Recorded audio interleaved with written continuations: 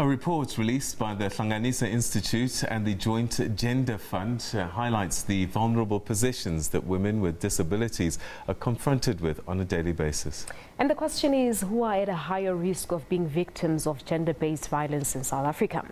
The report focuses on the cause and the effects of violence on women with disabilities. Our SABC News journalist Nozintombi Miya caught up with the author of the report. Gender activist and specialist Dr. Sisa Ngabasa, the author of the report, Amplifying the Voices of Women with Disabilities, spent several weeks in 5 provinces with the affected women, and she joins us now. Thank you so much, Doctor. What was this experience like for you? It must have been extremely emotional. It was quite emotional, but it was also satisfying in that I had the opportunity to interact with these women who are usually isolated, marginalized, and almost like forgotten. And why is it important to talk about women with disabilities and affected by gender-based violence? It is quite important to involve women who are living with gender-based violence, definitely. Yes, women with disabilities who are affected by gender-based violence, because a lot of work has been done in the field of gender-based violence, and it is quite apparent that women with disabilities have been left out. So this was almost like a way of reaching out to them, a way of working towards inclusivity. And tell us about the experiences. You spent quite a few weeks with the women. It was very emotional. What were the experiences? It was quite emotional, but also empowering in that when you are right at the grassroots and listening to the women share their own experiences, it makes you realize that whatever efforts that other communities are working on, other organizations are working on and are living out these voices, there is an incompleteness of some form that you see taking place.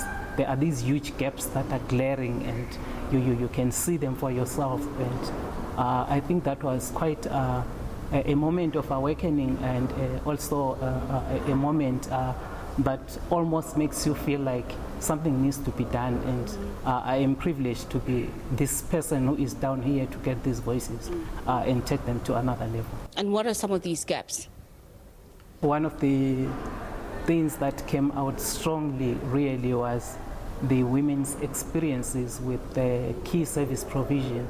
And one of them that came up as a huge concern for the women with disabilities was their access to the justice system post-abuse, and also their access to health services post-abuse, and the issue of dealing with their families. So all these were challenges that women with disabilities faced, and these were challenges that were beyond challenges that are faced by all other women who have experienced gender-based violence. So it's not just intervention from the level of authority, government, it's also support from the women's families that needs to come together for their issues or their concerns to be addressed, really. Yes, the main concern really was that it all started with the family. It was almost an issue of charity begins at home. But even if this was the expectation that all started with the family, there was this voice that was saying the family is not capacitated enough to support the loved ones who have disabilities. And if the family is not capacitated, then how then do other service providers come in? Because there was a general feeling that potential violence started at home. And if potential violence started at home, where they were expected to be protected, how then were they expected to handle the violence that then came from the communities and the broader society? And in your research, did you get a sense that there was justice against the perpetrators, or there just simply was not enough repercussions and justice against the perpetrators? In some cases, there was justice against the perpetrators, but the overarching voice was that there were barriers in reporting violence to the justice system. Yeah. And the key barrier that emerged was the lack of specialist services like sign language specialists, and also the lack of knowledge of disability from the police. They were not sure how to handle women with disabilities when they came to report cases. You're quite right, Doctor, because it's generally reported as general assault. It's general assault, but what we seem to gloss over is that women with disabilities need special attention, and they need, police should be capacitated to understand them, to understand disabilities. They should be sensitive to their cause, and they should be sensitive to their needs, and they should be able to give them support that does not re-stigmatize or re-violate them.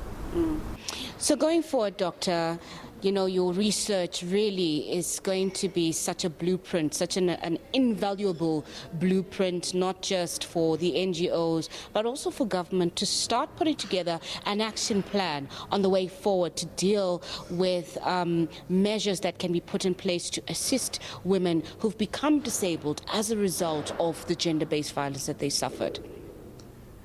Yes, there were a lot of recommendations that came up for different stakeholders, and some of them were actually directed at government, and key issues that were directed at government ministries really were issues like empowering social workers so that they assist families in understanding disabilities. They assist families in teaching and allowing their loved ones to live fulfilled lives or full lives, holistic lives.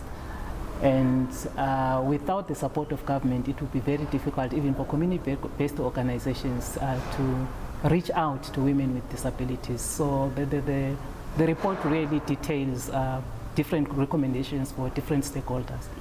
Doctor, your final thoughts on this report. What are some issues that you feel really need to be taken in key cognizance going forward?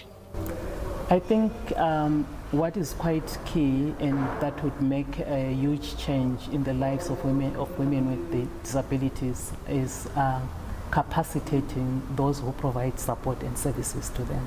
Yes. If attention is paid to the health service system and the justice system, I think there will be a huge improvement in terms of reporting cases, in terms of receiving help and support post-violence, because women really thought that this is where they are let down, and in most cases it was quite difficult for them even to report abuse, because they knew that nothing was going to be done to their concerns. And the nothing done was also not the fault of the police or the service providers, but it is a lack of information, a lack of capacitation of all these organizations. So it's almost like people don't have knowledge, people don't have the capacity, and if capacity is ensured, then support will be ensured for women with disabilities. All right, thank you very much, Dr. Sisa Ngabasa, gender specialist and researcher who authored the report Amplifying the Voices of Women with Disabilities, giving us a bit of more insight into her report, some of the challenges that the women who are living with, who have now this disability, face when it comes to accessing services, whether it is to report cases to the police against the perpetrators, or to access services post the trauma, health services, and a plethora of other services that women with the disabilities face. With that, it's back to you in the studio.